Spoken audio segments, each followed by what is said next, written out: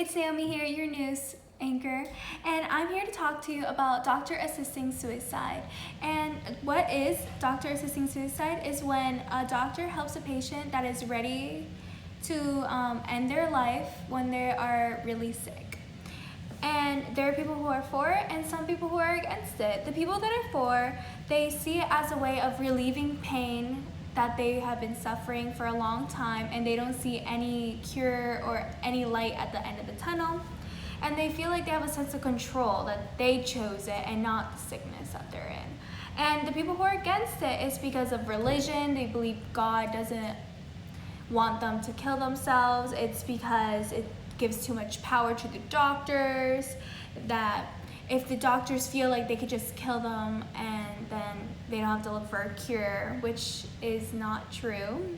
Because there's also the ethics side of it, which is HIPAA. HIPAA is an oath a doctor takes so that they can protect and do no harm to any patient. But at the end of the day, it is the patient's call whether it's time to end their life or not.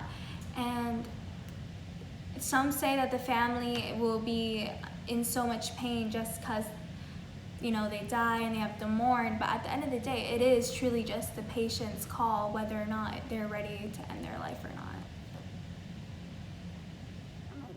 My name is Dearman, and I'm reporting on the general public's opinion on euthanasia. Euthanasia is medically assisted suicide, and it is usually only offered as an option for patients with terminal illnesses such as cancer.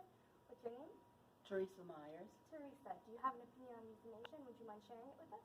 Well, I figure that's something that an individual or individual family should have to decide upon, because sometimes it goes beyond just what we think about socially or even morally. It goes to the family and the person, individual person.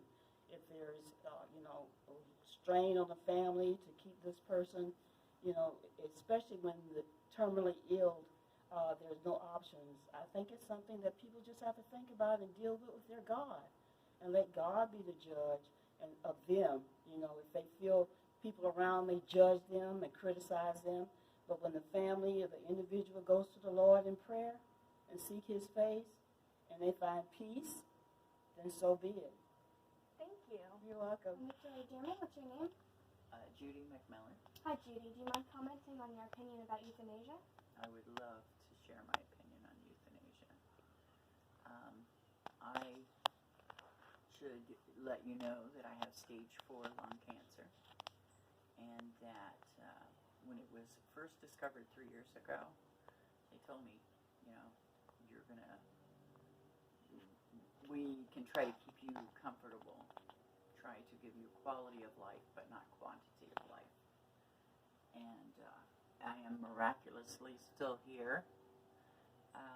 At one time, I had an allergic reaction to morphine, and that made me really, really ill.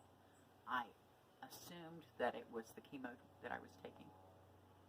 And so I told the doctor, no more chemo, no more treatment, I'm done. Just remember, whatever you do, I want to make sure that I am not in pain.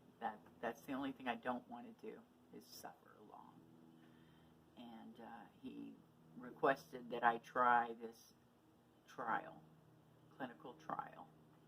He said I would be the perfect candidate because I am in perfect health other than cancer. So I am currently still on that trial, and I am miraculously still here. Like when I told the doctor, I appreciate everything you've done, but I think this came from God, and he said, absolutely, this is where it came from. But getting back to when I was so ill on the morphine, and I couldn't hold my head up.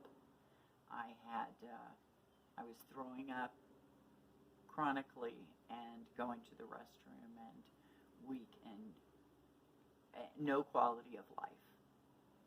Almost no quality of life. Of course, when they discovered I was allergic to the morphine, that put an end to that. However, if I'm given a choice, if I do not see that my quality of life is good, then I believe that I should be able to, as long as I am in a clear state of mind, request euthanasia. There's no reason that someone has to suffer that way. If we have an animal that is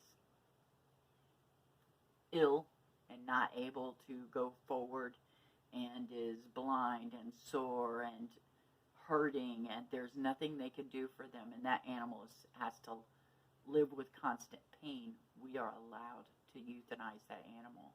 I feel the same way about human beings. The dog can't make a choice. The vet and the owners make the choice for the dog. However, a human being should be able to make that choice. If the rest of my life is meant to be in suffering and pain, I believe that I should be allowed to end that life. I wish to leave and go to heaven at that time. I can refuse medication, but I do not want to be in pain. I don't think that I should have to suffer that way. And to be a burden on other people. Taking up space, basically. You should be allowed to say, I'm done. I've lived my life, I'm done. And I know that there are exceptions to everything, and that you would have to be extremely clear on what's going on before you start just saying, well, they said, yeah, they want to do it. People change their mind.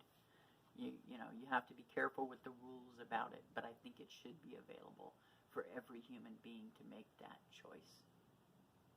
Period. Thank you.